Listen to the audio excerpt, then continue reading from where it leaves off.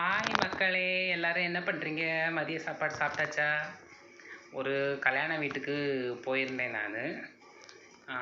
Engagement பண்ணாங்க, அதுக்காக போயிருந்தேன். இப்போ அந்த காலத்தில், அதாவது ஒரு 25 வருஷத்துக்கு முன்னெல்லாம், நம்ம நம்ம ஊர் நாட்டில் வந்து ஒரு மாப்பிள்ளை ஒரு பொண்ணை பார்க்க வராங்கன்னா, வீட்டிலேருந்து பொண்ணு வந்து தண்ணி எடுக்க போவாங்க. ஊர்க்கிணத்துக்கு போய் தண்ணி எடுக்க போவாங்க. அந்த காலத்தில் தண்ணி ஊர்க்கிணத்துல தான் எடுக்கணும். தண்ணி எடுக்க போவாங்க.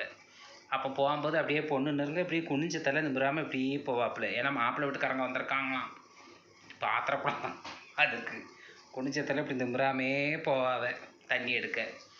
போயிட்டு தண்ணி எடுத்துகிட்டு வரும்போது மாப்பிள்ளையோட கூட யாராவது ஒருத்தவங்க வந்திருப்பாங்க. அவங்க வீட்டிலலாம் வந்து பார்க்க மாட்டாங்க, தூரமாக ஒரு ஓரத்தில் இருந்து பார்ப்பாங்க, பொண்ணு எப்படி இருக்குது ஏதா இருக்குதுன்னு பார்த்துட்டு அதுக்கப்புறம் பிடிச்சிக்கிட்டுன்னா திருமணத்தை எப்போ என்கேஜ்மெண்ட்டு என்ன ஏதுன்னு பார்த்து நிச்சயதார்த்தம் பண்ணினாலும் பொண்ணு மாப்பிள்ளையும் பேசவே மாட்டாங்க.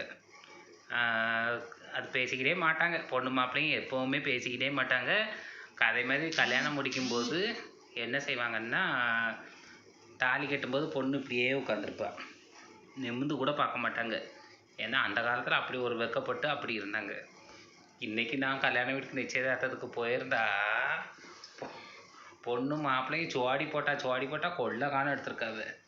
அது மட்டும் பத்தாதுன்னுட்டு ஒரே ஃபோன்லேயே பேசுகிறாங்க. என்னத்தை தான் பேசுகிறாங்களோ, கல்யாணத்துக்கு முன்னே எல்லாத்தையும் பேசி முடிச்சுவிடுவாங்கன்னு நினைக்கி.